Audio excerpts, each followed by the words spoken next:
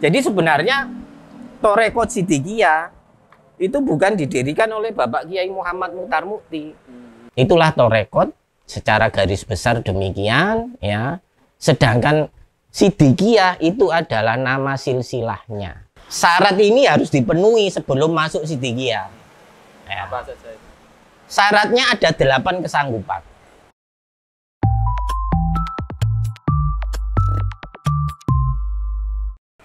Assalamualaikum warahmatullahi wabarakatuh. Nah, pemirsa, kali ini TV Bangsa punya episode podcast pertama. Nah, sebelumnya sudah ada di Bangsa Online TV. Kali ini kita pindah ke TV Bangsa. Nah, narasumber podcast kali ini cukup istimewa, yaitu Pak Al-Halaj Muhyiddin, Wakil Ketua Yayasan Pendidikan Siddiqiyah Pusat. Ngoten nggih, Pak? Ya, insya Allah. Nah, kali ini kita akan mengulas tentang Siddiqiyah. Ya. Organisasi Siddiqiyah, Pondok Pesantren Siddiqiyah yang belakangan ini viral setelah pengepungan pondok pesantren sekaligus sempat dicabut izinnya ya Pak ya, meskipun habis itu direvisi sama pemerintah nggak jadi dicabut. Nah, saya pengen tahu Pak Halaj, apa sih Siddiqiyah itu? Ini kan tarekat ya, tarekat. Nah, mungkin bisa dijelaskan tarekat Siddiqiyah, sejarahnya gimana? Ya. Ya. Terima kasih. Assalamualaikum warahmatullahi wabarakatuh. Oke.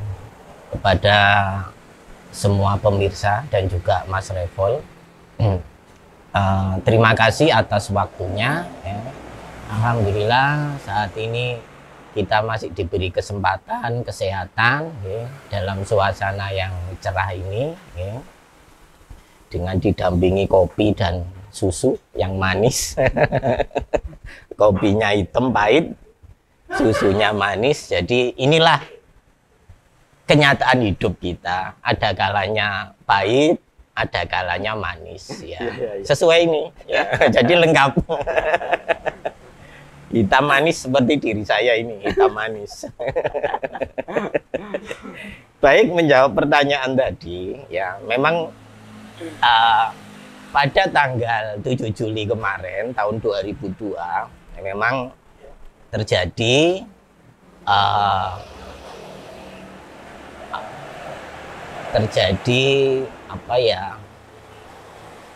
proses pengepungan di lokasi pesantren ya. Itu memang hal yang kita sayangkan ya, karena ini adalah tempat pesantren ya yang seharusnya kita hormati bersama ya. Mengenai apa yang diharapkan oleh pihak kepolisian, hal itu sebenarnya bisa didiskusikan bersama ya, bagaimana cara terbaik sehingga tidak perlu ada sampai pengerahan personil aparat sedemikian besar ya. Terus tadi juga Mas Revol menanyakan soal sempat terjadinya pencabutan izin pesantren ya. Bahwa sebenarnya pesantren kita Majma' Al-Bahrain Siddiqiyah tempo hari belum pernah dicabut oleh pihak Kemenak izin operasionalnya. Kalau berita yang beredar di media sosial memang benar ya, ada berita yang beredar di media sosial, begitu juga pernyataan dari pihak pejabat Kemenak memang ada rencana untuk mencabut izin operasional pesantren, tapi itu hanya disampaikan secara lisan di media ya. Tapi secara resmi ya, surat keputusan pencabutan izin pesantren belum pernah kita terima ya.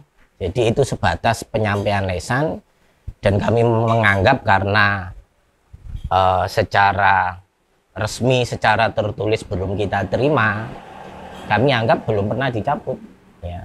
Sampai akhirnya kemudian keputusan itu direvisi secara lesan juga bahwa rencana pencabutan itu dibatalkan.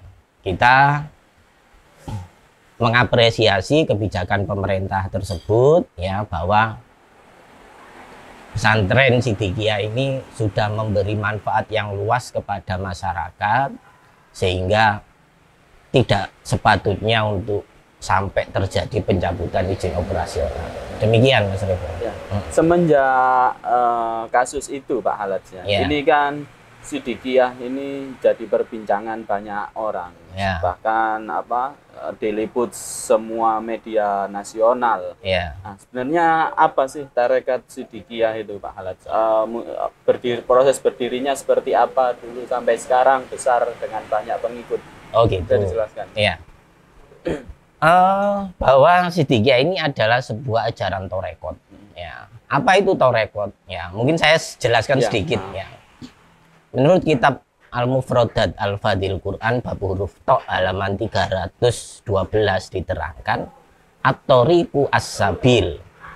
Torekot itu ialah jalan. Maksudnya apa? Bahwa torekot ialah jalan atau cara atau metode untuk mendekatkan diri kepada Allah Ta'ala. Ya. Sebagaimana sahabat Ali pernah bertanya kepada Rasulullah, qala Ali bin Abi Thalib radhiyallahu anhu, qultu ya Rasulullah, ayyut thariqu ilallah. Jawab Rasulullah, qala Rasulullah sallallahu alaihi wasallam, dzikrullah. Saat itu sahabat Ali bertanya kepada Rasulullah, ya Rasul, apakah jalan yang paling dekat menuju kepada Allah Ta'ala? Jawab Rasulullah, zikrullah, yaitu zikir kepada Allah Ta'ala. Jadi torekot itu ialah ajaran zikrullah, itu ya, ajaran zikrullah. Bagaimana yang dimaksud hal tersebut? Ini diterangkan di dalam surat Al-Mulk ayat 13 yang berbunyi, wa asirru qaulakum awi jaharu bihi innahu alimum bidzati sudur, yang artinya dan samarkanlah zikirmu, wa asirru qaulakum awi jaharubi, atau jaharkanlah, sirikanlah zikirmu, atau jaharkanlah, jelaskanlah zikirmu, sesungguhnya Allah itu maha mendengar apa yang ada di dalam hati. Jadi sebenarnya torekot itu adalah bagian dari ajaran Islam ya, sebagaimana ada ajaran sholat, ajaran zakat, ada ajaran sobar, syukur, dan lain-lain. Dan torekot merupakan bagian dari ajaran agama Islam. Begitu juga sebagaimana diterangkan di dalam Al-Quran surat Al-Jin ayat 16, wa allaw istaqomu ala thoriqati la asqainahum ma'an ghadaqo. Dan hendaklah kamu istiqomah di dalam torekot, la asqainahum ma'an ghadaqo, maka pasti kamu akan dilimpahi air yang segar, menyegarkan. Jadi memang kita bertorekot itu diperintah oleh Allah Ta'ala sebagaimana tersebut dalam Al-Quran tadi ya. Jadi itulah torekot secara garis besar demikian ya. Sedangkan Sidikiyah itu adalah nama silsilahnya. Jadi torekot itu nama ajarannya, Sidikiyah itu nama silsilahnya ya, karena torekot yang kita anut ini bersumber ya, pelajarannya ini bersumber dari sahabat Abu Bakar Siddiq radhiyallahu anhu, maka ini disebut torekot Sidikiyah karena diambil dari nama gelar beliau sahabat Abu Bakar Siddiq. Dari kata Siddiq itu kemudian dipakai menjadi nama Sidikiyah. Kenapa? Karena silsilah torekot ini ya mutasil, sambung menyambung terus sampai kepada sahabat Abu Bakar Siddiq. Yang diajarkan ya soal zikrullah secara garis besar. Zikirnya kan banyak tarekat Iya, di Indonesia. Kira-kira perbedaan dengan tarekat-tarekat lain apa, Pak? Oh gitu, ya. Sidikiyah sama tarekat lain. Memang Inti jumlah ajarannya mungkin. Oh gitu ya. Memang di Indonesia ini banyak torekot yang kita kenal ya, di torekot di Indonesia ini ya. Jumlahnya berapa? Kalau menurut buku ensiklopedi Islam ya, jumlah torekot yang ada di Indonesia ini ada sejumlah 44 torekot ya. Kalau menurut Jamiah Ahli Torekot Mutabaro Indonesia, itu jumlah torekot di Indonesia ada 40 torekot. Sedangkan kalau menurut Jatman, Jamiah Ahli Torekoh Mutabaro An-Nahdiyah, itu jumlah torekot di Indonesia ada 45 torekot. Mengenai inti ajaran torekot, semua torekot inti ajarannya sama. Ya, yaitu tujuannya untuk mendekatkan diri kepada Allah Ta'ala. Sebagaimana tadi disebutkan, ayut toriku ilallah, zikrullah. Jadi inti ajarannya ialah zikir. Ya. Bagaimana cara zikirnya? Sama seluruh torekot itu pada dasarnya. Sebagaimana tersebut di dalam surat Al-Mulk ayat 13 tadi. Ya. Wa asirru qaulakum awi jaharu bihi. Innau alimum bidatis sudur. Jadi inti ajarannya, pokok ajarannya seluruh torekot itu sama. Ya. Sedangkan dari sisi furu, cabang-cabang pengamalannya, ini yang mungkin ada sedikit perbedaan. Ya. Dan ini tidak ada tidak begitu menjadi hal yang signifikan dalam perbedaan suatu torekot. Jadi kalau inti ajarannya sama, hanya yang mungkin furuknya, ya, cabang-cabang pengamalannya, ajarannya mungkin ada yang sedikit-sedikit agak berbeda, dan itu bisa dimaklumi bersama, ya. Karena tiap guru mursyid itu punya wahyu, punya ilham sendiri-sendiri yang perlu diajarkan kepada para murid-muridnya. Demikian, Mas Remo. Untuk menjadi warga Sidikiyah, Ya. itu ada syarat-syaratnya atau bagaimana caranya, Pak? Oh gitu. Ya. Ada syaratnya untuk masuk menjadi murid Sidikiyah. Oh, namanya murid ya, Pak? Iya. Syarat ini harus dipenuhi sebelum masuk Sidikiyah. Ya. Apa saja itu? Syaratnya ada 8 kesanggupan. 8 kesanggupan. Yaitu 1, sanggup bakti kepada Allah Ta'ala. Ya. Rokoknya pakai ini aja. Oh, ini. Ini rokok kesehatan. Apa ini, Pak? Rokok ST, sehat tentrem. Ya. Awak sehat, hati tentrem. Disingkat dari sehat mana ini? tentrem ST. Ya dari Sidikiyah. Oh, ini Ya. produknya. Iya, produknya. Salah satu produknya Yayasan Sidikiyah. Iya. Oh. Produknya Sehat tentrem, salah satu produknya Iya. Sidikiyah ini. ini teman-teman. menyehatkan, ya, untuk mengobati, ya. Untuk Indonesia Raya. Untuk Indonesia Raya. Saya coba ya, Pak. Ya. Ya, lanjut ke Ya. syarat-syarat tadi, Pak. Yo ya. Bahwa jika seseorang ingin menjadi murid Sidikiyah, ada syarat yang harus dia sanggup. 1, sanggup bakti kepada Allah Ta'ala. 2, sanggup bakti kepada Rasulullah. 3, sanggup bakti kepada orang tua ibu bapak. 4, sanggup bakti kepada sesama manusia. 5, sanggup bakti kepada negara Indonesia. Ya. 6, sanggup cinta tanah air Indonesia. 7, sanggup mengamalkan toreko Sidikiyah. 8, sanggup menghargai waktu.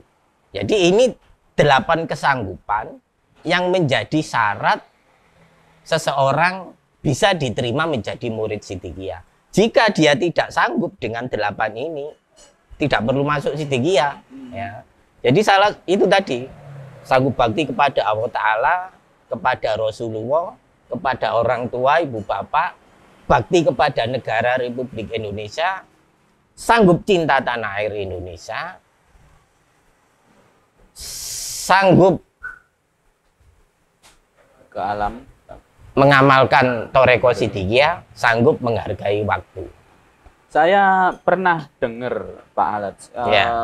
sebelum Sambil saya minum ya, iya, ya, kopinya. monggo. Sebelum masuk atau menjadi murid Sidikiyah itu diharuskan puasa kalau Ya, nggak salah ya. 3 hari. 4 hari. Oh, 4 hari. Ya. Ya. Gimana itu, Pak? Ya. Memang sebelum seseorang itu masuk menjadi murid Sidikiyah, di samping harus sanggup dengan 8 kesanggupan tadi, ya, juga harus puasa dulu 4 hari. Ya, puasa dulu 4 hari. Maksudnya apa? Kok kita perlu puasa dulu 4 hari? Karena yang mau diajarkan ini adalah kalimat thayyibah. Kalimat yang suci, la ilaha illallah. Ya. La ilaha illallah itu hurufnya, kalimatnya ya ada 4. La ilaha illallah. Ada 4. Ya. Nah, ada 4 kalimat la ilaha illallah. Ya, ini dipuasani. Di samping itu juga untuk membersihkan, ya, benih pohon thayyibah yang mau ditanam ke dalam jiwa seseorang itu, maka jiwa seseorang itu dirinya harus dibersihkan dulu dari kotoran-kotoran. Ya. Dibersihkan dengan cara puasa. Jadi puasa itu untuk membersihkan, untuk menyiapkan diri kita. Dibersihkan dengan puasa, karena diri kita ini juga anasirnya ada 4, wujud kita ini. Anasirnya, unsurnya ada unsur tanah, unsur air, unsur udara, unsur api. Maka ada 4 unsur ini, maka kita bersihkan juga dengan puasa 4 hari. Jadi puasanya ini dalam rangka untuk mempersiapkan, membersihkan diri kita yang mau ditanami kalimat yang suci. Jadi intinya puasa itu pembersihan jasmani dan Rohani, rohani. ya betul. Gitu. Sekarang ada berapa sih, Pak? Warga murid ya, Pak? Murid Sidikiyah bisa, itu warga Sidikiyah bisa. seluruh Indonesia itu kira-kira ada berapa? Murid Sidikiyah ya, ini sejumlah kurang lebih 5 juta orang Se-Indonesia. se-Indonesia. Yang paling banyak di Jawa Timur. Jawa Timur. Provinsi kalau pastinya paling banyak di Jawa Jombang Timur. ya. Otomatis karena Jombang. pusatnya di Jombang. Ya. Setelah di Jombang, Jawa Timur, Ya. yang paling banyak lagi di mana? Provinsi Mm, Jawa Tengah. Jawa Tengah. Ya. Jadi yang paling banyak memang di Pulau Jawa, tetapi di seluruh provinsi se-Indonesia itu sudah sebaran murid-murid Sidikiyah sudah ada di mana-mana di seluruh Nusantara. Di seluruh provinsi yang ada di Indonesia ada murid-murid Sidikiyah. Bahkan di luar negeri juga ada murid-murid Sidikiyah, nggak hanya di Indonesia saja. Ya. Nah, gimana sih sejarah berdirinya Sidikiyah itu dulu di Jombang itu gimana? Saya pernah baca artikelnya Pak Dahlan. Iya. Itu berdirinya sekitar tahun 1940-an, Pak. Oh. Yang benar tahun Oh berapa? gitu. Gini, sebelumnya saya koreksi sedikit Iya. ya, bahwa mursyid kami, Bapak Kiai Muhammad Muhtar Mukti, Syekh Muhtarullah Al-Mujtaba, pimpinan Thoreko Sidikiyah, sang guru besar kami, itu bukan mendirikan torekot baru, bukan, ya, bukan, karena Thoreko Sidikiyah ini sudah ada sejak sahabat Abu Bakar Siddiq. Oh, Ya. jadi seperti yang Pak Alat jelaskan tadi. Ya, Oh. tapi sepeninggal Syekh Thoifur Abi Yazid Al-Bustami, nama Thoreko Sidikiyah ini tenggelam. Ya, tenggelam karena setelah itu namanya diganti dengan nama yang lain beberapa kali. Nah, kemudian pada tahun 1959 ya, Bapak Kiai Muhammad Muchtar Mukti itu mendapat amanat dari guru beliau ya, untuk mengembalikan nama Siddiqiyah yang sudah terkubur ratusan tahun. Bentar, saya potong dulu Pak Alex. Ya. Berarti tarekat Siddiqiyah ini kemunculan pertama kali bukan di Indonesia? Bukan, Bukan. bukan. Sudah ada sejak zaman sahabat Abu Bakar iya, Siddiq. iya. Ya. Itu. Terus Yang mengajarkan pertama tarekat Siddiqiyah.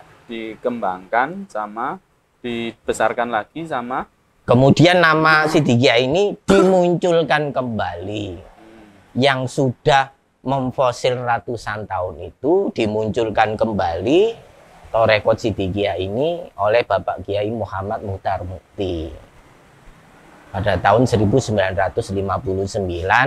atas amanat dari guru beliau, sehingga Siddiqiyah sejak saat itu diajarkan kepada khalayak masyarakat luas dan semakin lama semakin berkembang hingga saat ini. itu saya juga baca di artikelnya Pak Dahlan. Ya. Katanya Kiai Muchtar Ya. itu dapat apa ya? Diminta gurunya Ya. Syekh siapa Pak? Syekh Su'ab Jamali. Syekh Jamali. Ya. Ya, itu ya untuk apa namanya Pak Alex? Untuk mengembalikan nama Siddiqiyah lagi. Mengembalikan nama Siddiqiyah lagi. Mm-mm. Itu tahun, kalau berarti Kiai Muchtar mengembalikan nama Siddiqiyah itu sejak tahun tahun 1959. 1959. Iya. Ya di Jombang itu. Di Jombang. Di Ploso. Ya.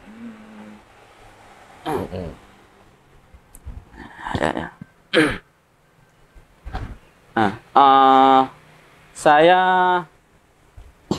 kemarin itu sempat di Gresik, di ujung Pangkah. Ya. Itu juga liputan salah satu programnya organisasi Siddiqiyah. Ya. Itu namanya dari organisasi Dibra. Ya. Di Desa Karangrejo itu ada program rumah layak huni, rumah syukur layak huni. Ya. Nah, sebenarnya apa ada programnya apa saja sih Pak kalau Siddiqiyah itu selain itu ya? Kalau apa teman-teman belum lihat liputan dari TV Bangsa bisa dilihat di atas ini ya. Ini kemarin kita habis liputan rumah syukur. Jadi Siddiqiyah itu membangunkan rumah layak huni untuk fakir miskin. Nah, ini bisa dilihat di sini videonya. Ya. Silakan Pak Alex untuk yang program-program Siddiqiyah. Oh gitu. Yang rumah layak huni mungkin ada program lain di bidang sosial. Saya dengar banyak sekali program-program sosial dari Siddiqiyah. Ya. Ini bahwa apa yang diajarkan di tarekat Siddiqiyah ya, itu ialah secara garis besar ialah yang diajarkan ialah tentang bagaimana kita ini muncul kesadaran untuk soal keimanan dan kemanusiaan. Ya, jadi manunggalnya keimanan dan kemanusiaan inilah yang diajarkan di tarekat Siddiqiyah. Jadi tidak hanya soal spiritual saja, tapi juga sosial. Tidak hanya sosial saja, tapi spiritual.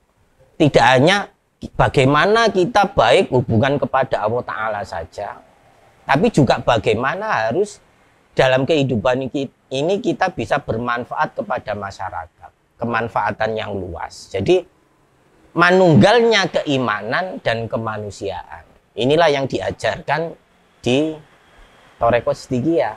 Ya, tidak melulu wiritan, ya wiritan, ya juga sosial manfaat kepada sesama. Program-program Siddiqiyah sangatlah banyak ya. Mengenai program yang sehubungan dengan kemanusiaan ya, antara lain seperti yang disampaikan Mas Revol tadi ialah program dalam rangka mensyukuri nikmat kemerdekaan bangsa Indonesia Ya. Setiap menjelang tanggal 17 Agustus, seluruh murid-murid Siddiqiyah di berbagai daerah, di semua kabupaten, di seluruh Indonesia, itu secara serentak membangun rumah syukur kemerdekaan Indonesia. Ya. Dalam rangka untuk mensyukuri nikmat kemerdekaan bagi kalangan masyarakat yang tidak mampu, yang belum mempunyai rumah. Ya, itu dibangunkan rumah, dananya secara swadaya dari murid-murid Siddiqiyah, dikoordinir melalui organisasi-organisasi yang ada, ya, melalui organisasi Libra, ya. Dan yang dibantu itu lintas golongan, bahkan lintas agama, ya. Bukan yang khusus murid Siddiqiyah, bukan, ya. Bukan apapun khusus Muslim juga, bukan. Ya, kalaupun agamanya Hindu, mama, kalau memang dia tidak mampu, ya dibangunkan rumah. Seperti yang terjadi di Bali, ya, membangunkan rumah untuk umat yang beragama Hindu, beragama Nasrani. Jadi tidak hanya khusus umat Islam. Rumah layak huni berarti juga sampai Bali juga. Seluruh Indonesia. Seluruh Indonesia. Seluruh Indonesia. Hingga sekarang sudah 1.600 unit rumah yang dibangun. Ya, dan pembangunan ini bukan sifatnya renovasi, hanya di rehab gitu aja, bukan, tapi dibangun sejak awal, sejak pondasi. Dari nol. Ya. Bangunan permanen, bangunan bagus. Ya. Dananya dari mana? Ya, urunan swadaya dari murid-murid Siddiqiyah, dari kesadaran murid-murid Siddiqiyah. Untuk apa? Karena ada di kalangan masyarakat yang belum merdeka, ya, secara ekonomi, maka dalam rangka mensyukuri kemerdekaan bangsa Indonesia, mereka kita bantu untuk memerdekakan mereka, gitu loh, ya. Jadi bentuk syukur kita dalam rangka kemerdekaan bangsa Indonesia bukan dengan lomba-lomba, foya-foya, bukan, tapi dengan hal kemanfaatan kepada masyarakat luas. Itu satu program, ya, setiap menjelang kemerdekaan, tanggal kemerdekaan 17 Agustus. Kemudian setiap mensyukuri nikmat Sumpah Pemuda, ya, itu tiap menjelang bulan Oktober, karena Sumpah Pemuda itu tanggal 28 Oktober. Juga murid-murid Siddiqiyah, ya, yang dikoordinir oleh organisasi pemuda Siddiqiyah juga membangun rumah untuk kalangan yang tidak mampu. Rumah pintar Siddiqiyah. Semuanya serba elektrik. Ya, buka keran air nggak perlu diputer, pakai sensor. Ya. Buka pintu pakai sensor. Ya. Rumah pintar Siddiqiyah. Itu setiap menjelang Sumpah Pemuda. Tiap tahun. Tiap tahun. Ya. Berarti kalau yang rumah pintar ini rumahnya sudah ada ya, Pak, ya? Loh, bangun dari nol. Bangun dari nol juga. Iya. Dari tanah, belum ada apa-apanya, dari pondasi. Nah, itu menarik itu, Pak. Ya. Rumah pintar itu yang pernah dibangun di mana? Mungkin kita nanti bisa ke sana, Pak. Di Jombang, di Jombang ada, di Lamongan ada, di Tuban ada, dan beberapa banyak daerah lain. Ya. Program lagi di Siddiqiyah, program kemanusiaan, ya. Setiap mensyukuri peringatan Maulid Nabi Muhammad SAW, setiap bulan Maulud, ya, kita dalam rangka mensyukuri hari kelahiran Nabi Muhammad, seluruh murid Siddiqiyah secara serentak, ya, dalam waktu yang sama mengadakan santunan nasional. Santunan nasional, ya, serentak se-Indonesia. Nilainya luar biasa, miliaran rupiah, ya. Dan ini sudah dilaksanakan mulai sejak tahun 2001 sampai sekarang. Seluruh kabupaten se-Indonesia mengadakan kegiatan santunan nasional, mencantuni fakir miskin yang tidak mampu. Apapun golongannya, apapun agamanya.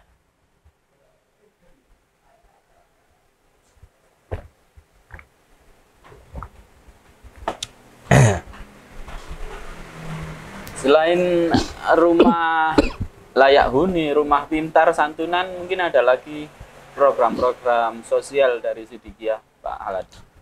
Setiap terjadi bencana alam di Indonesia, apakah dulu tsunami di Aceh, gempa di Jogja, banjir bandang di Situbondo, kemudian di Palu, bencana alam, di Lombok, gempa Lombok, kita ikut andil turun membantu para korban bencana. Ya. Di Jogja banyak rumah hancur karena gempa. Siddiqiyah bangun rumah. Puluhan rumah di Jogja yang dikoordinir oleh Dibra. Ya. Nah, di Palu, di Lombok kita ke sana sewa pesawat berangkat ke sana menyantuni para korban bencana. Kan itu tadi Pak Halad nyebut rumah layak huni sama mungkin santunan itu tadi yang sampai miliaran rupiah itu pembiayaannya juga dari swadaya. Ya. Warga Siddiqiyah. Swadaya, urunan sedikit demi sedikit dari seluruh warga Siddiqiyah. Tidak ada bantuan dari pihak manapun, instansi manapun, tidak ada. Murni dari sodako murid-murid Siddiqiyah. Bukan berarti murid-murid Siddiqiyah kaya-kaya, ya, secara materi, secara ekonomi sama, ya, dengan pada umumnya, ya, pas-pasan, ya. Cuma kaya kesadaran, ya, kesadarannya tinggi. Karena salah satunya itu tadi ya Pak, ya, bermanfaat bagi sesama itu tadi kan. Ya. Ya. Jadi yang diajarkan di Siddiqiyah itu harus menjadi manusia yang manfaat kepada sesama. Itulah buahnya ibadah. Ya. Kita getun ibadah, rajin ibadah, tapi kita tidak peduli kepada sesama. Ya. Maka ibadah itu tidak ada buahnya. Ya. Makanya yang diajarkan di Siddiqiyah ialah manunggalnya keimanan dan kemanusiaan. Dua ini nggak boleh dipisah. Ya. Nah, bicara soal organisasi Pak Halad, tadi Pak Halad nyebut rumah layak huni yang dibangun oleh Dibra. Apa sih Dibra itu? Organisasi di lingkungan Siddiqiyah. Nah, apa Dibra itu mungkin ada struktur organisasi lain selain Dibra? Jadi gini, sejak awal Siddiqiyah diajarkan oleh Al-Mukarram Bapak Kiai Muhammad Muhtar Mukti, semakin lama murid semakin berkembang jumlahnya banyak. Maka karena semakin banyak murid bertambah, semakin berkembang Siddiqiyah, maka untuk mengkoordinir kegiatan-kegiatan bagi murid-murid Siddiqiyah, maka dibentuklah oleh Mursyid Thoreko Siddiqiyah beberapa organisasi di Siddiqiyah. Jadi ada banyak organisasi di Siddiqiyah. Pertama, pada tanggal 15 Januari tahun 1973 didirikanlah Yayasan Pendidikan Siddiqiyah. Yayasan Pendidikan Siddiqiyah ini adalah untuk mewadahi kegiatan-kegiatan murid-murid Siddiqiyah di berbagai daerah, kegiatan-kegiatan pelajaran yang ada di Thoreko Siddiqiyah. Yayasan ini didirikan pada tanggal 15 Januari tahun 1973. Ya. Kemudian pada tahun 1974, ya, tepatnya tanggal 2 Mei ya, didirikanlah pesantren Majma'al Bahrain Siddiqiyah. Ya. Kemudian jarak beberapa tahun, yaitu pada bulan Rajab tahun 1981, beliau Mursyid Thoreko Siddiqiyah mendirikan Jam'iyah Kausaran Putri. Ini adalah organisasi yang mewadahi kegiatan ibu-ibu Siddiqiyah, ya, kalangan wanita, kalangan perempuan di lingkungan warga Siddiqiyah. Ya. Organisasi ini didirikan tahun 81. Kemudian pada bulan November tahun 1985, tepatnya tanggal 12 Rabiul Awal, ya, tahun 1406 Hijriah, didirikanlah pendidikan formal, ya, yaitu yang bernama Tarbiyah Hifdul Ghulam wal Banat. Ya, ini mendirikan sekolahan, dengan kata lain gitu, pendidikan formal.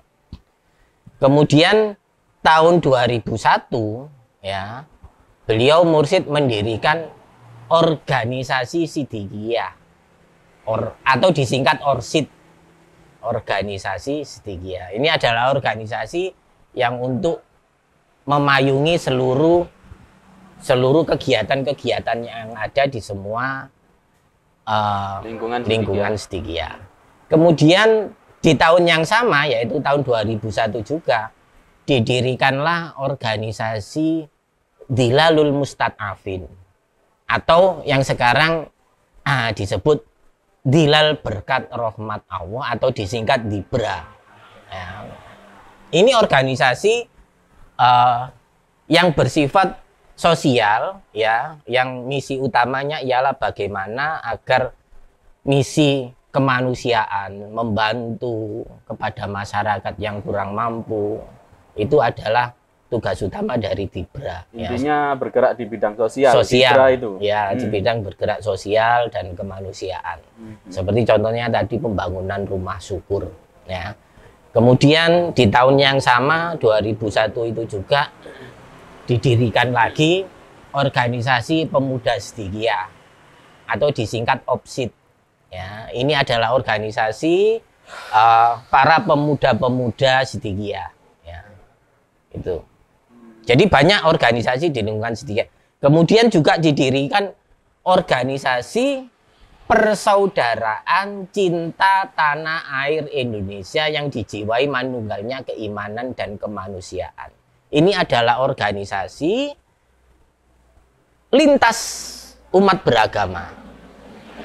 Jadi organisasi ini lintas umat beragama. Jadi ada yang dari Muslim, dari Katolik, dari Protestan, Konghucu, Buddha, Hindu, dan lain-lain, diwadahi dalam organisasi Persaudaraan Cinta Tanah Air Indonesia. Ya. Dengan semangat cinta tanah air, diikat dengan cinta tanah air tadi, yang dijiwai manunggalnya keimanan dan kemanusiaan. Jadi Siddiqiyah pun toleransinya sangat tinggi terhadap umat agama lain, sampai-sampai Siddiqiyah memprakarsai berdirinya organisasi Persaudaraan Cinta Tanah Air tadi. Nah, ini tadi saya simpulkan banyak sekali organisasinya dan bergerak di berbagai bidang. Ya. Ada pendidikan sosial. Nah, saya belum dengar organisasi yang bergerak di bidang kesehatan. Ada nggak Pak Alaj? Ada. Dari Siddiqiyah. Jadi kalau yang bergerak di bidang kesehatan itu bukan organisasi otonom sendiri, tapi ini adalah unit, ya, unit tugas atau unit usaha yang ada di lingkungan organisasi yang ada di Siddiqiyah. Ya. Contohnya seperti rumah sehat tentrem, ya. Kemudian ini bergerak di bidang kesehatan. Kemudian rumah sakit Asyifa. Oh, ada rumah sakit sendiri. Ya, bergerak di bidang kesehatan. Jadi yang di Siddiqiyah ini programnya banyak hal ya, banyak sektor yang kita terjuni ya gitu. Secara bersama-sama yang semua atas petunjuk, arahan, bimbingan dari Mursyid Thariqah Siddiqiyah. Nah, ini Pak Halaj, saya kembali ke sejarah berdirinya Siddiqiyah. Ya. Setelah ramai, Ya. Siddiqiyah ini belakangan muncul isu-isu, Mm-mm. isu-isu terutama di media sosial. Ya. Nah, yang pertama, Ya. mungkin yang perlu Pak Halaj klarifikasi Ya. kepada teman-teman atau Ya. pemirsa biar tahu sebenarnya benar apa enggak Ya. informasi ini. Salah satunya ini tentang Kiai Mukhtar. Kiai Mukhtar ini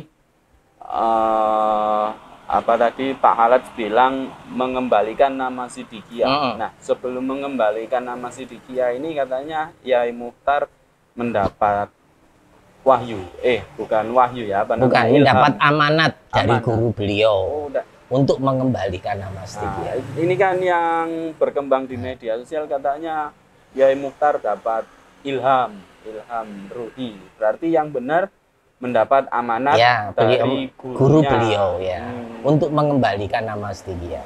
Oh. Karena gini ya, boleh saya cerita ya, Boleh, gitu boleh, ya, soal silakan. sejarah singkat Ya. gitu ya. Bahwa Siddiqiyah ini bukan torekot baru, seperti yang saya sampaikan Ya, ya. tadi.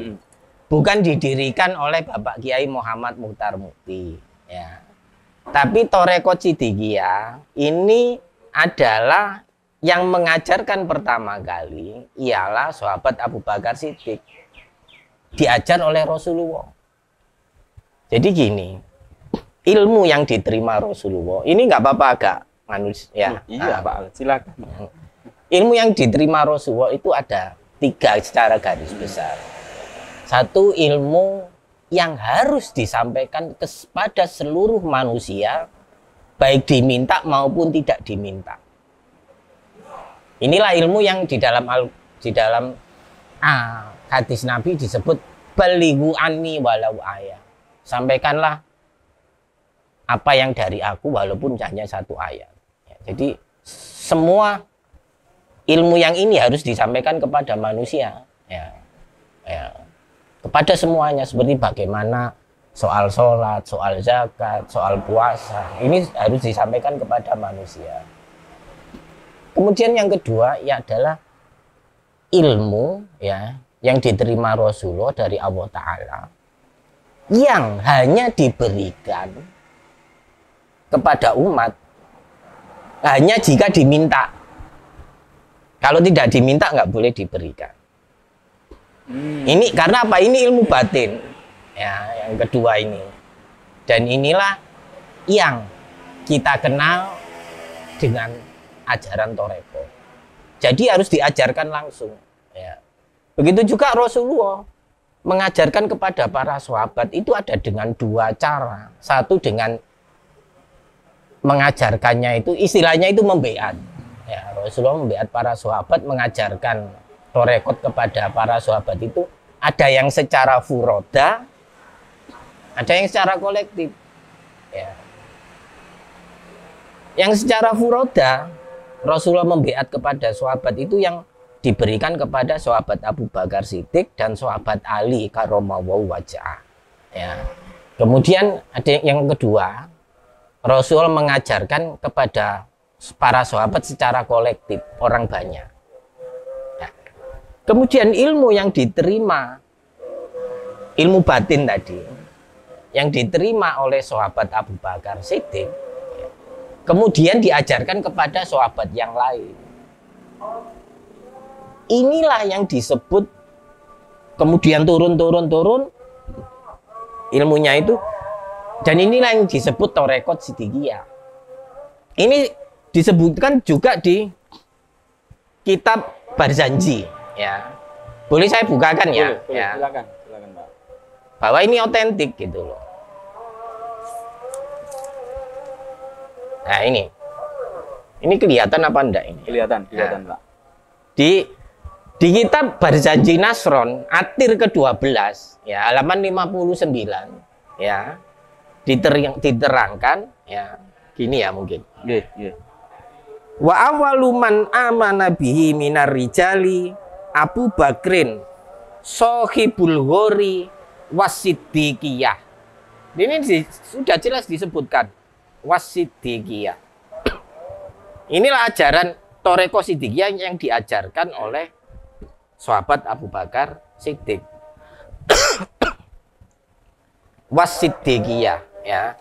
Artinya wa awaluman amana bihi, dan orang yang pertama iman bihi kepada Rasulullah minarijali dari kalangan laki-laki ialah Abu Bakrin, sahabat Abu Bakar, sohibul ghori, yang memiliki Ghawasur, wasiddiqiyah, dan yang memiliki Thariqah Siddiqiyah. Ini di dalam kitab Berjanji Nasron atir ke-12, ya. Jadi sebenarnya Thariqah Siddiqiyah itu bukan didirikan oleh Bapak Kiai Muhammad Muchtar Mukti, tetapi oleh sahabat Abu Bakar Siddiq. Kak, beberapa tahun setelahnya kemudian nama Thariqah Siddiqiyah berganti nama, ya, diganti dengan nama yang lain sehingga terkubur, ya. Mana buktinya, ya, ya. Ini di dalam kitab Tanwirul Qulub.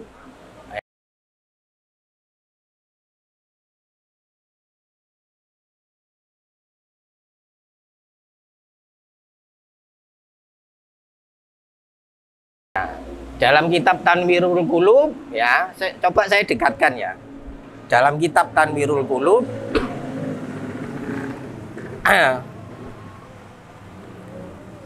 pasal fi adabil murid wa akhwanihi halaman 539. Ya. Ini agak kecil tulisannya.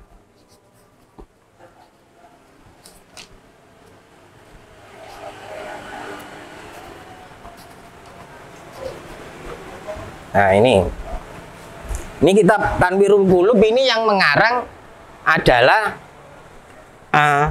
Syekh Amin Al-Qurdi Al-Irbili. Beliau adalah mursyid Thariqah Naqsabandiyah, ya. Di sini diterangkan, ya, kelihatan, ya. I'lam annal qabas silsilati takhtalifu bi ikhtilafil quruni famin hadrati siddiqi radhiyallahu ta'ala anhu ila Syekh Thaifur bin Isa Abi Yazid Al-Bustami tusamma Siddiqiyah. Artinya, ya, iklam, ketahuilah, annal qabas silsilati, sesungguhnya sebutan silsilah, takhtalifu itu berbeda-beda. Kenapa? Biikhtilafil quruni, karena perbedaan kurun waktu. Ya. Jadi nama Thariqah itu berubah-ubah, ya. Berubah-ubah karena perbedaan kurun waktu masa, ya. Famin hadrati siddiqi radhiyallahu ta'ala anhu, dan dari hadrati siddiqi, dan dari hadrati sahabat Abu Bakar Siddiq radhiyallahu ta'ala anhu ila Syekh Thaifur, sampai kepada Syekh Thaifur bin Isa Abi Yazid Al-Bustami tusamma, dinamakan Siddiqiyah. Siddiqiyah. Agak ya. mundur aja. Oh, ya. Mungkin di lewat sini enggak, Bapak? Ya. Gini, ya. Ini saya lanjutkan, ya. Enggak apa-apa, ya, apa-apa. Ya. Ini bisa mungkin kelihatan. bisa di zoom. Ya, bisa, Pak. Nah, kemudian ini Thariqah Siddiqiyah munculnya, ya, dari sahabat Abu Bakar Siddiq. Kemudian lanjutannya wa minhu ilal khawajihi Syekh Abdul Khaliq Al-Ghajdwani tusamma Thaifuriyah. Wa minhu, dan dari sahabat dan dari Syekh Thaifur bin Isa Abi Yazid Al-Bustami, hunya ini dhamir mutasil yang rujuk ke Syekh Toifur. Ya. Wa minu dan dari Syekh Toifur, ya, Abi Yazid Al-Bustami, ilal Khawaji Syekh Abdul Khaliq Al-Ghajdwani sampai Khawaji Syekh Abdul Khaliq Al-Ghajdwani itu sama Toifuriyah, namanya berubah menjadi nama Torekot Toifuriyah. Ya.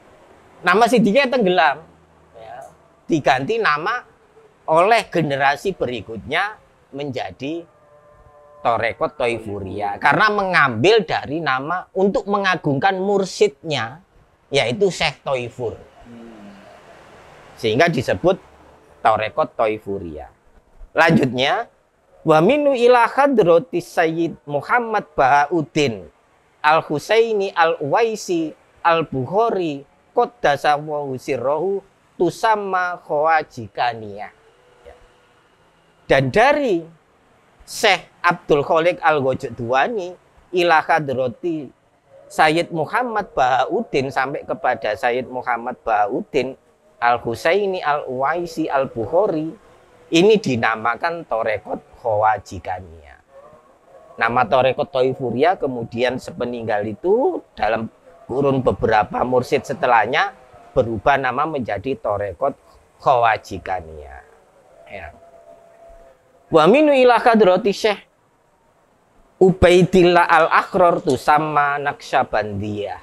Dan dari Syekh Bahauddin Al-Husaini Al-Uwaisi sampai kepada Syekh Ubaidillah Al-Akhror tusamma dinamakan Naqsyabandiyah, dinamakan Torekot Naqsyabandiyah. Ya. Wa mindu ila hadratil Imam Ar-Rabbani Muhammad Al-Alifi As-Sani Asy-Syaikh Ahmad Al-Faruqi tusamma Akhroriyah. Itu ya. Dan dari Syekh Al-Akhror tadi, ya, sampai kepada Imam Rabbani Mujaddadi Al-Alifi dinamakan Torekot Akhroriyah. Ya. Dan dari wa minnu ila hadrati Maulana Syekh Khalid tusamma Mujaddadiyah. Dan dari Syekh Imam Rabbani Al-Mujaddadi sampai kepada Syekh Khalid dinamakan Mujaddadiyah. Wa minnu ila asyrina hadza tusamma Khalidiyah. Dan dari Syekh Khalid sampai kepada masa saya, Syekh Amin Al-Kurdi Al-Irbili tadi, tusamma Khalidiyah, dinamakan Torekot Khalidiyah. Jadi inilah yang diterangkan mengenai silsilah Torekot yang tersebut di dalam kitab Tanwirul Qulub halaman 539.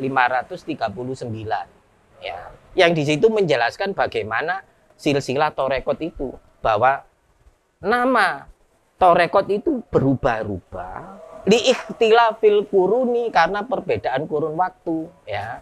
Jadi guru mursyid kemudian sepeninggalnya dilanjutkan mursyid berikutnya, dilanjutkan mursyid berikutnya, dilanjutkan mursyid berikutnya, karena mursyid yang belakangan, yang terakhir ini sangat mengagumkan kepada guru-gurunya, kemudian namanya dirubah.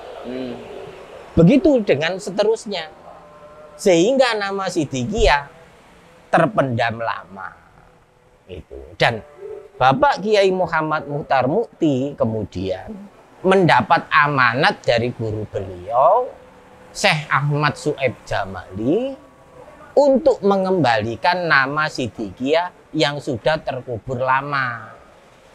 Jadi ini bukan kehendak beliau sendiri, tapi atas amanat dari sang guru beliau Syekh Ahmad Syuaib Jamali untuk mengembalikan nama Siddiqiyah, mengembalikan nama yang menjadi sumber awalnya Torekot ada.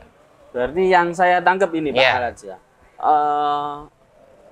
Tarekat Siddiqiyah ini berubah berganti nama berdasarkan guru. Iya. Berganti, bahkan tadi sampai sempat jadi Naqsyabandiyah, Tarekat Naqsyabandiyah. Nah, tapi inti amalan yang diajarkan itu tetap sama. Tetap sama. Nah, berarti ini ada kesamaan dengan Tarekat Naqsyabandiyah. Naksabandia kan juga ada juga berkembang ini di Indonesia. Ya, nah itu gimana? Ya, seperti yang saya sampaikan di awal tadi bahwa semua torekot, semua torekot itu adalah bagian dari ajaran Islam. Semua torekot itu mengajarkan baik, semua torekot itu benar, semua torekot itu yang diajarkan inti ajarannya zikrullah. Jadi inti ajarannya semua torekot itu sama dari dulu sampai sekarang. Yang membedakan kenapa kok namanya berbeda-beda? Nah, karena guru mengajarkan ke muridnya, kemudian mengajarkan lagi ke muridnya, dan begitu seterusnya. Karena ini sangat mengagungkan guru mursyidnya yang dulu, namanya diganti untuk penghormatan saking takdimnya. Dan ini bukan hal yang salah di dalam kaidah torekot, ya, itu boleh gitu. Nah, ini saya mau klarifikasi lagi setelah tadi dengar penjelasan dari Pak Khaled soal sejarah yang panjang dari tarekat Sidikiyah. Kemarin itu sempat ramai juga di pemberitaan bahwa Jatman itu menyebut tarekat Sidikiyah ini tidak muktabaroh karena sanadnya terputus. Nah, kalau dari penjelasan yang disampaikan Pak Khaled tadi, saya dapat simpulkan kalau sebenarnya secara sanad itu nyambung. Gitu ya Pak Khaled. Nah, itu gimana? Terus Jatmi katanya itu tahun 2009 menyatakan bahwa tarekat Sidikiyah muktabaroh. Nah, tapi belakangan juga beredar kabar. Ini saya juga belum tahu yang benar bagaimana. Katanya juga menyebut bahwa keputusan tarekat Sidikiyah itu muktabaroh belum final.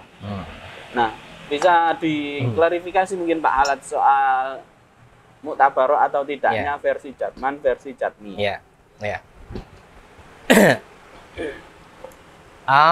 Pada tanggal 23 Oktober tahun 1967, pada Kongres Jatmi saat itu, Jatmi merilis nama-nama torekot yang muktabaroh. Di situ nama Sidikiyah tidak tercantum.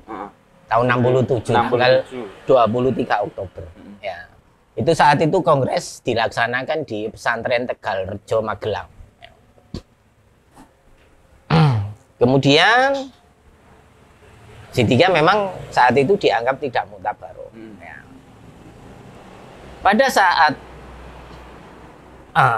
rapat pimpinan dan konsolidasi nasional Jatmi, tanggal yang dilaksanakan tanggal 12 sampai 14 Februari tahun 2009, ya. Di situ Jatmi merilis lagi nama-nama torekot yang muktabaroh.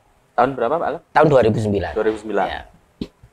Nama Sidikiyah tercantum di situ di dalam daftar torekot muktabaroh menurut Jatmi. Hasil rapat pimpinan dan konsolidasi nasional Jatmi tadi tahun 2009. Sidikiyah dianggap muktabaroh. Ya.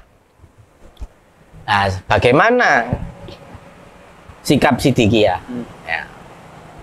Bagaimana sikap Sidikiyah? Gitu ya. Sikap Sidikiyah sama seperti ini. Ini kopi ini pahit, ini jus ini manis. Ya. Kita minum kopi walaupun pahit, alhamdulillah. Kita minum jus ini manis, kita tetap alhamdulillah. Jadi apapun opini masyarakat, apapun pendapat masyarakat, atau apapun keputusan dari organisasi yang lain terhadap Sidikiyah, apakah itu Sidikiyah dianggap muktabaroh atau tidak muktabaroh, dianggap benar atau tidak benar, dianggap sah atau tidak sah, sikap Sidikiyah alhamdulillah. Dan Siddiqiyah tetap menghormati semua umat Islam walaupun berbeda golongan, karena innamal mu'minuna ikhwatun. Kita ini saudara, ya. Jadi kita tetap menghormati kepada semua umat Islam walaupun berbeda agak, berbeda golongan, berbeda torekot, walaupun kita dianggap pahit, dianggap manis, tidak apa-apa, ya. Alhamdulillah. Yang jelas, menurut Siddiqiyah, benar tidaknya suatu torekot, sah atau tidaknya suatu torekot, menurut Siddiqiyah ini loh ya, ya, menurut Siddiqiyah, itu jika ajaran torekot itu sesuai dengan Al-Quran dan hadis Nabi, ya, sebagaimana dalam ayat Al-Quran diterangkan, al-haqqu min rabbika fala takunanna minal mumtarin. Kebenaran min rabbika itu dari Tuhanmu, bukan dari penilaian orang. Al-haqqu min rabbika, kebenaran itu dari Tuhanmu. Fala takunanna minal mumtarin, maka janganlah kamu menjadi orang yang ragu-ragu. Udah pandangan kiblatnya, patokannya Allah Ta'ala. Apa barometernya? Quran hadis. Ya. Jika sesuai ajaran torekot itu sesuai dengan Al-Quran dan hadis, maka itu benar ajaran itu. Walaupun menurut pandangan masyarakat dianggap tidak benar, dianggap tidak muktabar. Jika ajaran torekot itu, suatu ajaran torekot itu tidak sesuai dengan Quran dan hadis, ya, maka itu ajaran tidak benar. Walaupun banyak orang menganggap itu benar. Ya. Jadi inilah pendirian Siddiqiyah. Patokannya, barometernya Quran dan hadis, bukan penilaian orang. Ya. Jadi Quran dan hadis. Dan ini ditegaskan lagi di dalam surat Al-Maidah ayat 44. Wa man lam yahkum bima anzalallahu faulaika humul kafirun. Dan barang siapa yang menghukumi, yang tidak menghukumi dengan apa yang diturunkan oleh Allah Ta'ala, menghukumi sesuatu tidak berdasarkan Quran dan hadis, faulaika humul kafirun. Diulang lagi di surat Al-Maidah ayat 45. Wa man lam yahkum bima anzalallah faulaika humudz zalimun. Barang siapa yang tidak menghukumi sesuai dengan apa yang diturunkan Allah, yaitu Quran hadis, faulaika humudz zalimun. Diulang lagi di surat Maidah ayat 47. Wa man lam yahkum bima anzalallahu faulaika humul fasikun.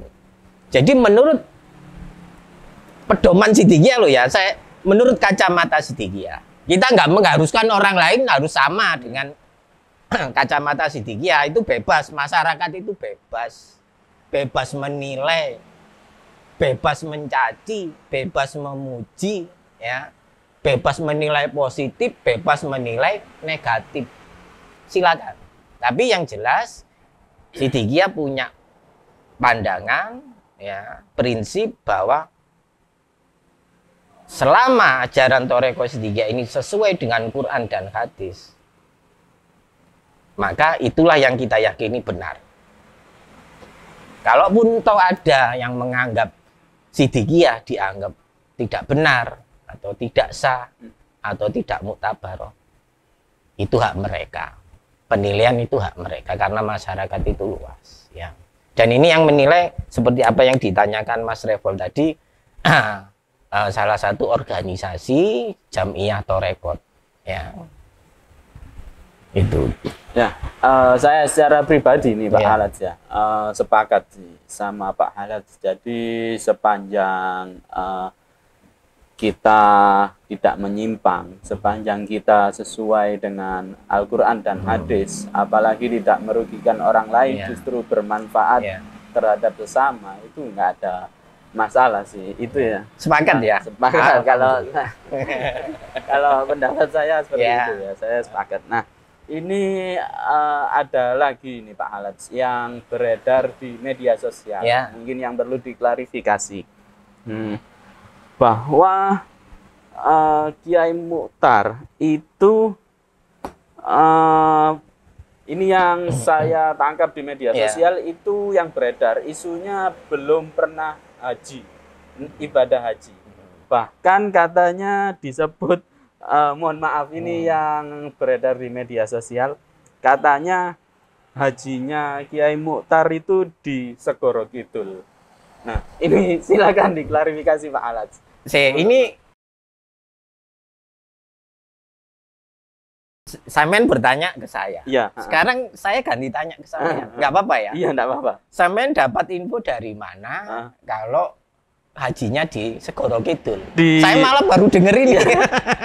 Saya malah baru denger ini. Saya ini dapat info di Twitter satu, terus yang kedua di grup-grup WA saat sebulan belakangan ini sedikit jadi perbincangan. Nah, itu yang info itu saya dapat dari sana Pak Halats. Nah, tapi saya sempat tanya ke teman saya di Jombang yang juga warga Sidikiyah, dia bilang, loh, kata siapa enggak haji? Wong biasanya kalau Kiai Muchtar berangkat haji itu kumpul semua tasyakuran di pondok gitu, diundang semua berkumpul di sana gitu. Istilahnya melepas Kiai Muchtar gitu mau berangkat haji. Gimana sebenarnya gimana ya? Gini. Ya. Di dalam Al-Qur'an surat An-Nisa itu diterangkan. Ya ayyuhalladzina amanu in ja'akum fasikun binaba'in fatabayyanu. Wahai orang-orang yang beriman, in ja'akum fasikun, jika datang kepadamu orang yang fasik, binaba'in dengan membawa berita, fatabayyanu, maka tabayunlah, cross check lah. Ya. Jangan setiap berita yang beredar, apalagi dunia online sekarang ini udah membabi buta, ya, masif, ya, hoax, ya, banyak, liar sekali. Liar, ya banyak ungkapan-ungkapan, berita-berita yang memfitnah Sidikiyah, angger itu loh, asmuni, maksudnya itu asal muni. Jadi, ya mungkin itu dijadikan kesempatan oleh para pelaku ya netizen itu ya untuk apa ya, karena Sidikiyah ini sekarang sedang viral, sedang banyak diperbincangkan, nunut tenar dengan membuat berita-berita yang apa ya, yang dalam tanda kutip itu heboh, ya, dimanfaatkan. Itulah yang sekarang ini terjadi. Iya, betul. Dan saya berharap semua pemirsa, semua warga Indonesia, semualah, mari kita berpikir dewasa, bijaksana, ya. Semua berita janganlah langsung ditelan, ya. Dan jangan langsung ditolak, ya. Diteliti, ditabayun, di cross check kebenarannya, ya. Contoh lagi, ada berita beredar di media massa bahwa Sidikiyah itu mengajarkan radikalisme. Banyak diperbincangkan. Mengajarkan radikalisme. Gini aja, orang-orang yang ngomong gitu suruh aja datang ke pondok Sidikiyah. Nggak usah banyak komentar. Suruh aja membuktikan sendiri, datang ke lokasi, ke pesantren Sidikiyah, lihat secara langsung. Fakta nanti yang bicara. Nanti biar fakta yang bicara. Udah. Dibuktikan aja. Apakah benar Sidikiyah itu radikalisme? Silakan datang ke pesantren Sidikiyah, buktikan apa yang diajarkan di Sidikiyah. Itu jawaban singkat, ya. Berarti Kiai Muchtar sudah naik haji ya, Pak Halats? Bapak Kiai Muhammad Muchtar Mukti ya sudah beberapa kali ibadah ke Baitullah.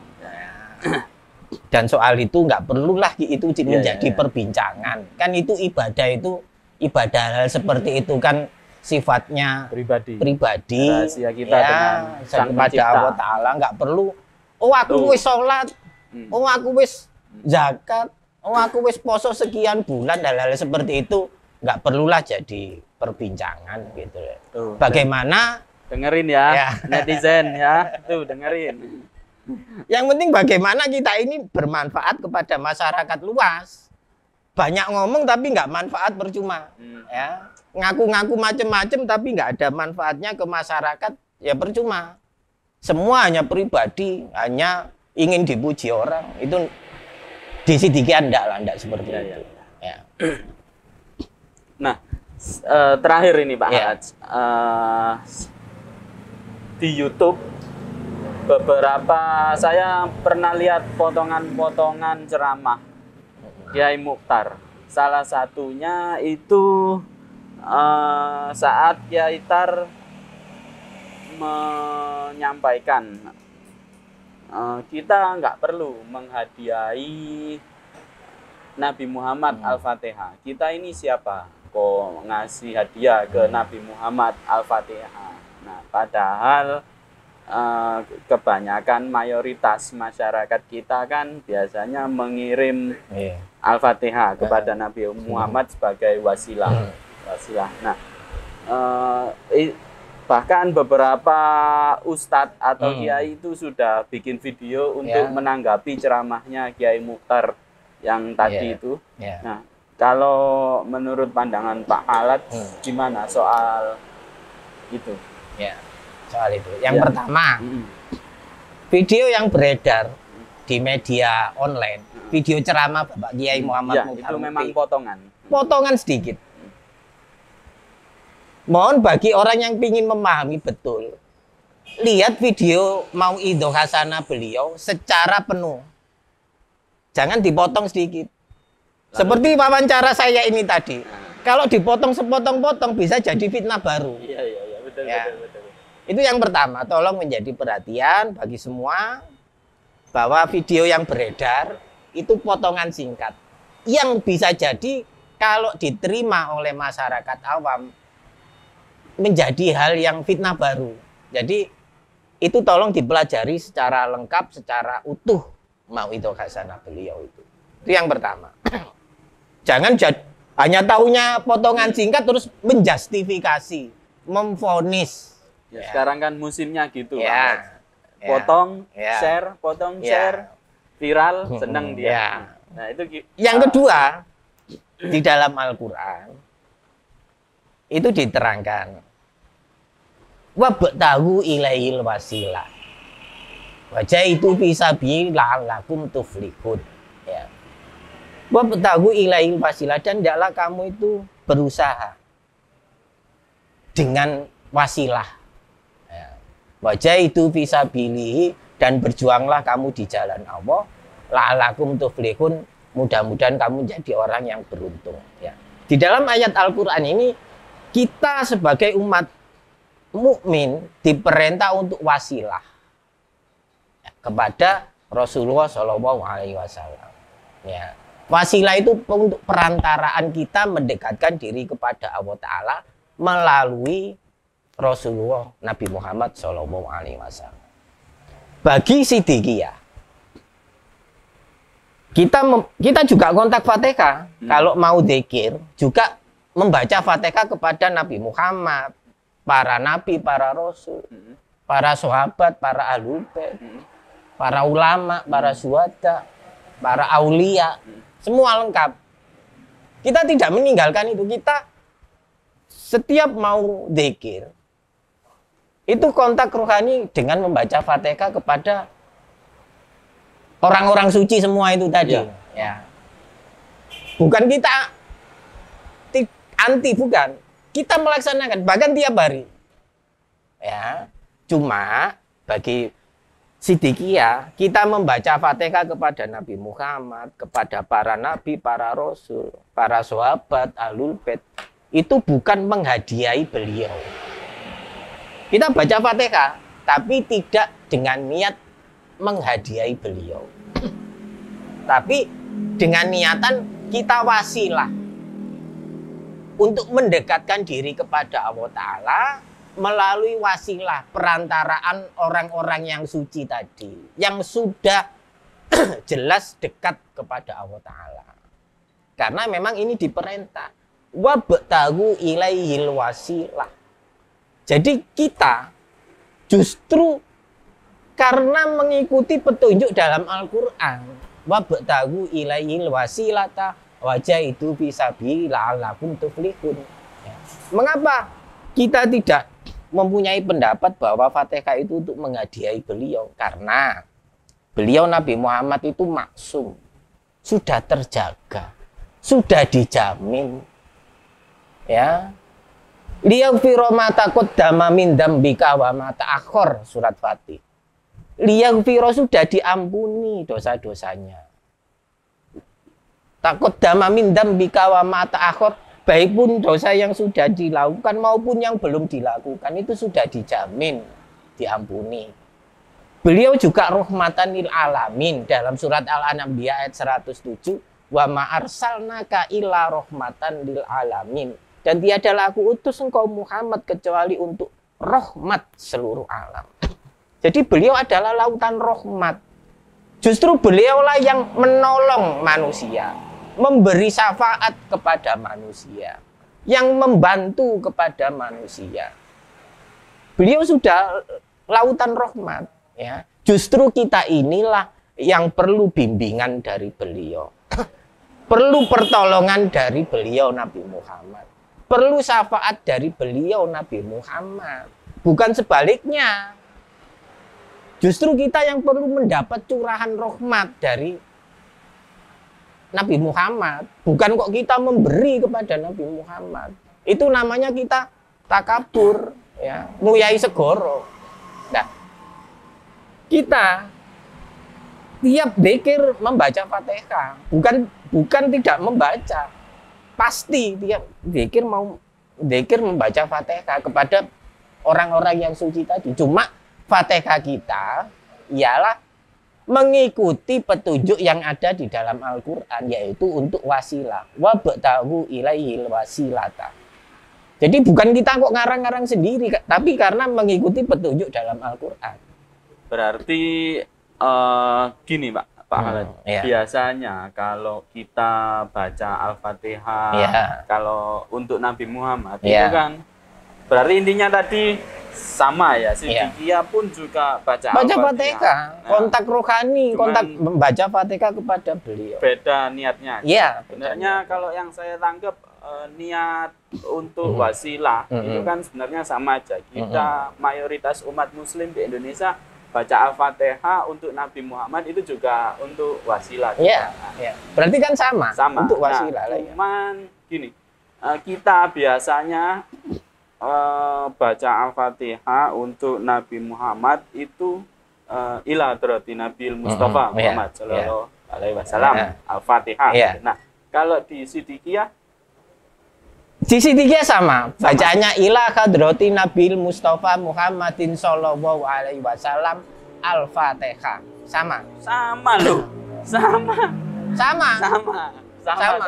Kalau nggak percaya cek, tak bawakan bukunya lain waktu. Nggak bawa. Sama. Berarti sama. Clear. Nggak usah diperdebatkan. Kalau itu yang memperdebatkan hanya ingin terkenal aja lewat viralnya Siddiqiyah. Sama. Bacaannya sama. Ila kadratin Nabiyil Mustafa Muhammadin sallallahu alaihi wasallam, Al-Fatihah. Kita tiap mau dzikir baca Fatihah kepada Nabi Muhammad, para nabi, para rasul, dan seterusnya. Ya, berarti nggak ada yang beda ya, Pak Halad ya. Ya, mungkin itu penutup wawancara kita podcast hari ini, Pak Halad. Saya merasa terhormat sekali bisa wawancara Pak Halad langsung ini, luar biasa sekali. Saya mendapat ilmu banyak dan semoga ini bisa jadi penambah ilmu, menambah khazanah kita tentang keislaman Nusantara. Terima kasih Pak Halad, semoga sehat selalu. Amin. Demikian podcast TV Bangsa kali ini. kita bertemu lagi di podcast selanjutnya, atau mungkin ada pertanyaan-pertanyaan silakan tulis di kolom komentar. Nanti mungkin di lain waktu kita bisa ngundang Pak Alats lagi. Siap. Ya. Luar biasa pokoknya diskusi kita hari ini Pak Alats. Sekali lagi terima kasih. Sama-sama, saya juga mengucapkan terima kasih kepada semuanya, pemirsa dan juga tim. Ya, sama-sama Pak Alats. Sekian podcast hari ini. Semoga barokah. Amin. Assalamualaikum warahmatullahi wabarakatuh.